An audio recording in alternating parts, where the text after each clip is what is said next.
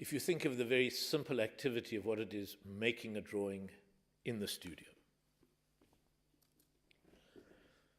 So one thinks of the paper up on the wall, and yourself as the artist looking at it, trying to feel out where the different moments of it could start, where a possible horizon is, when there's a kind of a half projection onto the sheet of paper of a possible drawing that could happen on it.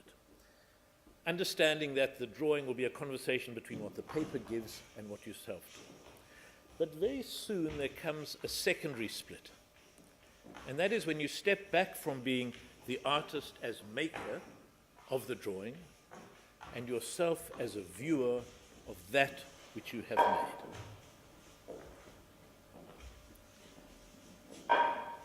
When one steps back as if someone else had made the work, and you can very clearly see that, no, in fact, the shoulder of the rhinoceros is in the wrong place. And who was the idiot drawing it that put it so low? You could see at a moment it's wrong. You must shift it up.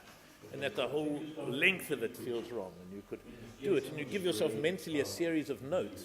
So when you step back to make the drawing, you can go back and correct these things that you have done. And there's a very real sense of split, in the sense of the person viewing being all-knowing and the person actually doing the drawing being really dumb and stupid and not getting it right. And a frustration that the one cannot be more sympathetic and attuned to what the other shows him.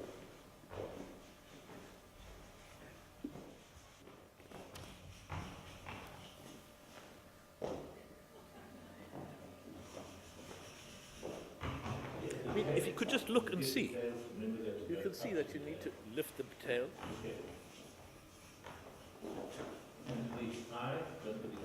The belly's in the wrong place. You can get that up. It's not so hard to draw a rhinoceros. What is the struggle to do this? It's a simple thing. He's done it many times before. You can go it up.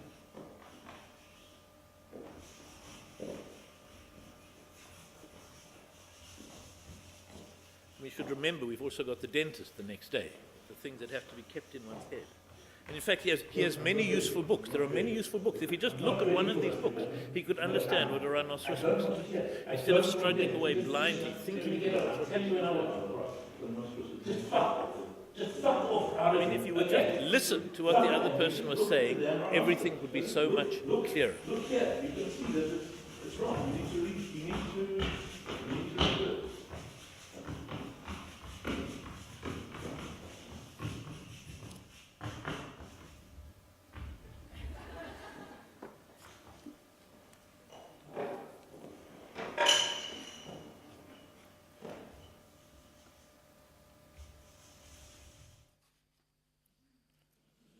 So this is the first example of the kind of split and of taking of the world apart in a very immediate sense, of a shift between oneself as subject being coherent and understanding that this coherence, not to say we aren't coherent, but understanding that the coherence is a construction.